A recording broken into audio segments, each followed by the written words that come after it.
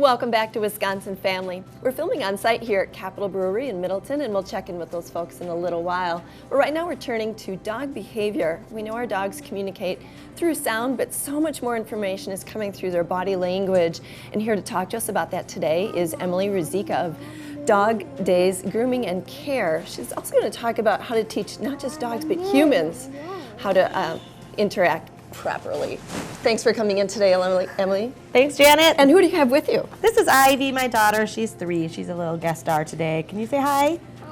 Well, how appropriate is that? Because we'll talk about kids and dogs. Yeah. So do you think that dogs interact differently with kids than adults? Yes, so dogs, I've talked a little bit, well actually a lot about dogs and their behavior within a pack. And there's a good behavior that adults can have that can show a dog leadership. A lot of it is body language, how you walk, how you carry yourself, chin up, kind of chest out, if you will, using good posture, and really carrying yourself with calm assertiveness is the correct language in the dog world.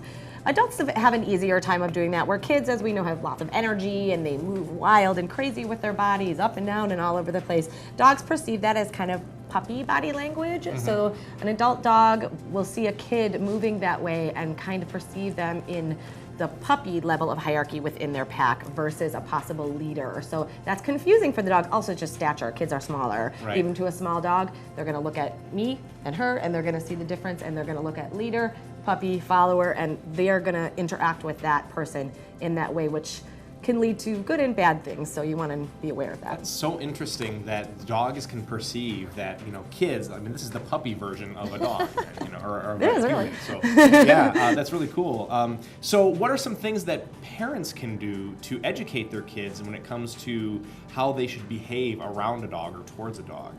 So it depends on the age. I mean, there's no set in stone rule about the age that's, good for starting to learn or safety wise. But when they're this little, really always want to have supervision. Littler your kids, and we were just speaking about that. Really little, when dogs are kind of just wow, I need to be by you, I need to touch you for a little one. Yeah. Really just supervision. We want to be protecting our dogs and our kids. They might love each other through the roof, but physical interactions can be not on the part of the child or the dog. They just can lead to dangerous things because of a misunderstanding of body language.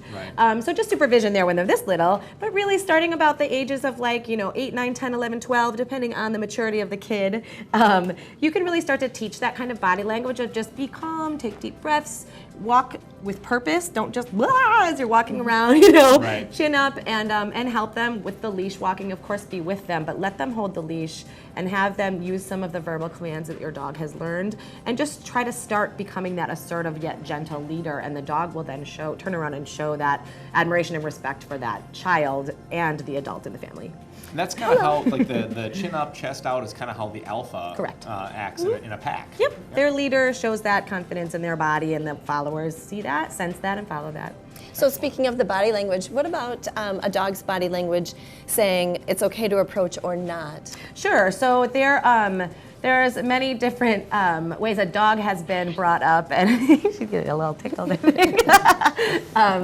You're gonna 2 examples. You're gonna have there's like a happy-go-lucky type dog, which is gonna be confident, ready to play, ready to hang out. That dog's gonna come up with you with a wagging tail, or the tail is gonna be at a level which is relaxed versus up or down in between the legs. In between the legs is fearful. That type of dog, you want to be cautious approaching. The best way to always approach any dog that you don't know or that you do know is get down, squat, get down on their level, not to, forward into right, not to loom over, but be down on their level and let them come to you. Don't look them straight on. Dogs turn their sides to each other and they walk by each other rather than coming at themselves face on. It's canine language versus primate language that you and I do this. Very different. They don't understand that. So get down on your squat, kind of turn your side to them and just kind of pretend like you're not doing anything. They'll come right up to you, especially if you see the dog with the straight up tail, which means it's on alert, possibly ready to come forward when you don't see that often. Right. Also, you might see a dog with a tail between the legs, which is going to mean fearful, but the interaction might be the same, in which their fear would maybe be them showing teeth a little bit, which does not mean aggression. It means they're scared. So again, approach with caution, squat down, hand out, and then wait for them to come to you.